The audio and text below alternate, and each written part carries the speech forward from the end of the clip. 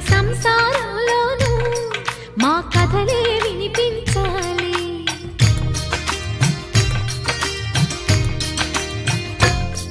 ఆ సిరిని శ్రీహరిని మా జతలో చూపించాలి.